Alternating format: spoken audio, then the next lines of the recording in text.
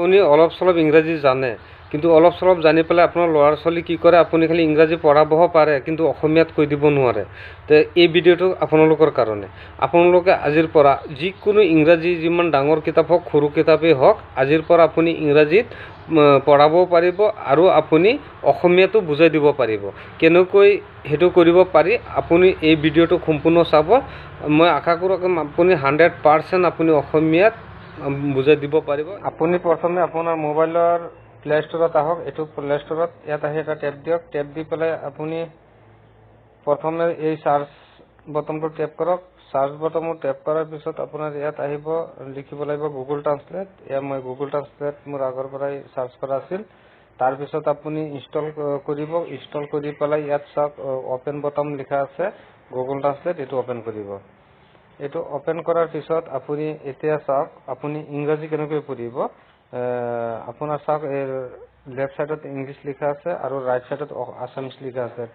তেনেকৈ আপুনি বনাই ল'ব।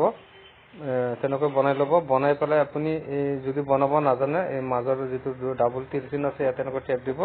এইটো চাওক আছামিছ ইফালে আহিছে, ইংলিছ সিফালে গৈছে। আকৌ মাৰিলোঁ, এইটো চাওক হৈ গ'ল। এতিয়া আপুনি এটা কাম কৰিব লাগিব কি, আপুনি এতিয়া কোনটো কিতাপ ইংৰাজীত পঢ়িব বিচাৰে, সেই ইংৰাজী কিতাপটো আপুনি প্ৰথমে মানে লৈ ল'ব। লৈ পেলাই আপুনি প্ৰথমে চাওক, মই আপোনাক ধুনীয়াকৈ দেখাই দি আছোঁ। কিতাপটো মিলি লওক। কিতাপটো মিলি লৈ আপোনাৰ তলফালে চাওক ইয়াত কেমেৰা এটা অপশ্যন আছে। কেমেৰা অপশ্যনটো আপুনি অন টেপ মাৰি দিব। টেপ কৰাৰ পিছত চাওক এইটো খোল খাই গ'ল। ইয়াত আপোনাৰ লিখা আছে শ্ৰীমন্ত শংকৰদেৱ। এই পাঠটো আছে, আপুনি এতিয়া এইটো ইংৰাজীত পঢ়িব। কেনেকৈ পঢ়িব, আপুনি খালি মাত্ৰ এটা মাজত যিটো এটা এইটো চাওক অট'মেটিকেই হৈ গ'ল। তো এনেকুৱা ধৰি ৰাখিলে হ'ল। চাওক 1949 চনৰ নগাঁৱৰ আলিপুখুৰীত জন্মগ্ৰহণ কৰা মহান বৈষ্ণৱী সন্ত আৰু সংস্কাৰৰ শ্ৰীমন্ত শংকৰদেৱ তিথি কুকুম্বৰ ভয়া বুলি এনেকুৱা আহি গৈছে, অট'মেটিক অসমীয়াত হৈ গৈছে। এতিয়া আপুনি এইটো ইংলিছ কৰিব বিচাৰে, আহি ওপৰত ইয়াত চুই পেলাই আপুনি ইয়াত টেপ কৰি দিব। এটা টেপ কৰি দিলে চাওক আকৌ ইংলিছ হৈ গৈছে। দেখা পাইছে না? এই চাওক ধুনীয়াকৈ মই দেখাই দি আছোঁ।